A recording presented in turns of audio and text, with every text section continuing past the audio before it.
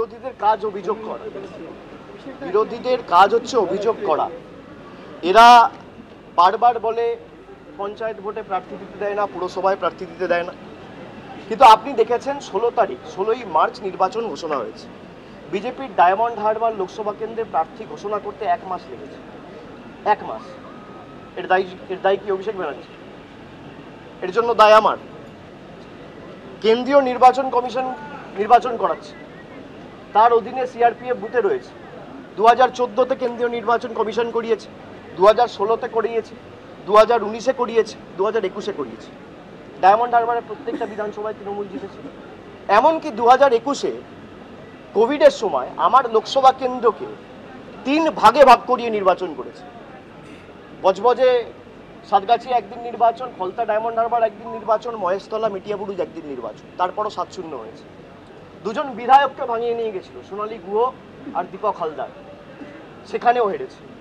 প্রত্যেকটা বিধানসভায় তৃণমূলের লিড 2014, 16, 19, 21 অব্যাহত। আমরা সারা বছর মানুষের কাছে থাকি, আমরা অভিযোগের রাজনীতি করি না। আর যেখানে অসুবিধা হবে সরাসরি আমাকে জানান, যেখানে অসুবিধা হবে।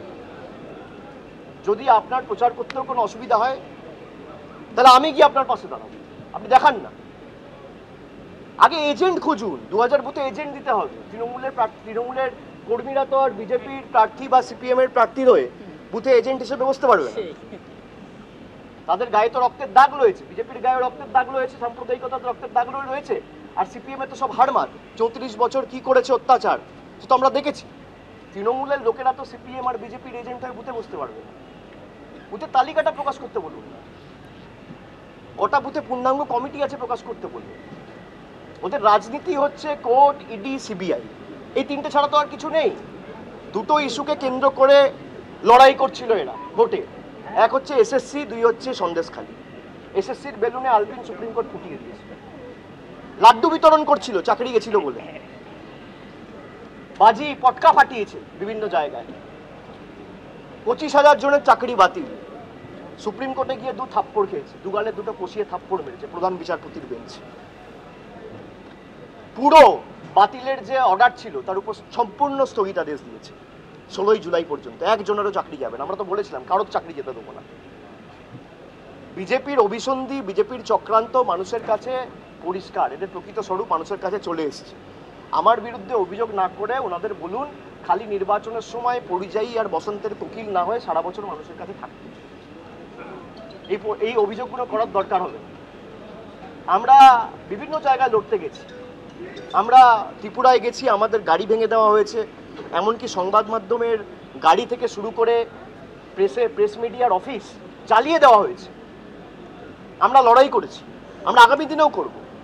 আমরা মেঘালয়ে গেছি, আমরা খুব আমাদের উপর কত অত্যাচার হয়েছে। আসামে আমরা 4টে সিটে নির্বাচনে লড়ছি, আমাদের উপর কত অত্যাচার হয়েছে। আমরা খালি অভিযোগ করি, যতটা পেরেছি আমাদের সীমাবদ্ধ সামর্থ্য অনুযায়ী মানুষের পাশে দাঁড়িয়েছি, লড়াই করেছি এবং লড়াই চালিয়ে গেছি। এরা বিচার ব্যবস্থা, আধা সামরিক বাহিনী, কেন্দ্রীয় তদন্তকারী সংস্থা, নির্বাচন commission, paramilitary force, ED, CBI, বিপুল অর্থবল সব নিয়ে অভিযোগ করছে। তার কারণ এদের কাছে সব আছে, খালি মানুষ নেই। আর তৃণমূলের কাছে কিছু নেই, মানুষ আছে। আর গণতন্ত্রের শেষ কথা ইডি সিবিআই বলে না, মানুষ বলে। আবার প্রমাণ হয়ে যাবে।